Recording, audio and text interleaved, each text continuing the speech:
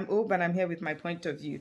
So we're nearing the end of August, and I mean, August has been an insane month. And because I kind of wanted to wind down, I kind of let a lot of things go over my head, you know. But when I came back into the thick of things, I was like, oh my God, what is happening?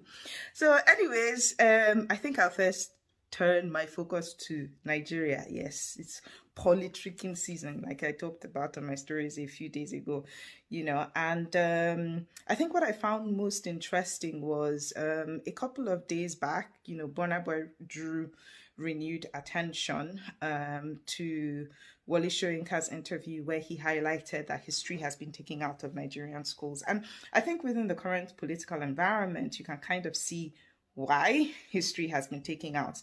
Now, even if we want to look at, the new democratic dispensation that started from 1999 till current dates, there is a huge knowledge gap that most people that were born between that time do not even understand the machineries of politics within the eastern states. They don't understand, who replaced who, how long which governor was in power, what were the main policies.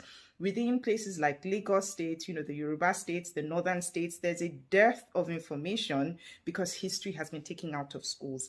And this allows certain politicians in the current climate to reinvent themselves with information that is far from accurate because there's a dearth of history, there's a dearth of historians in the Nigerian educational system. Now, tweaking education to suit the purpose of the political class is not new.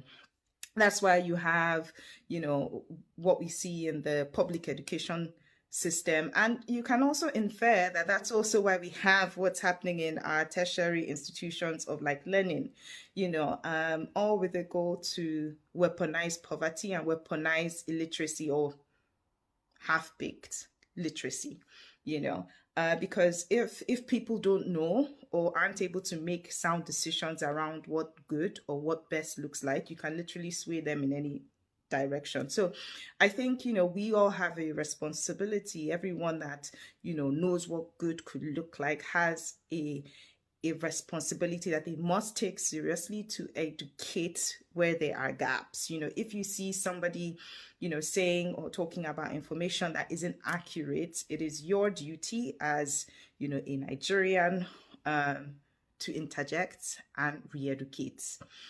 So that's all I'm going to say about Nigeria and the political system for like now.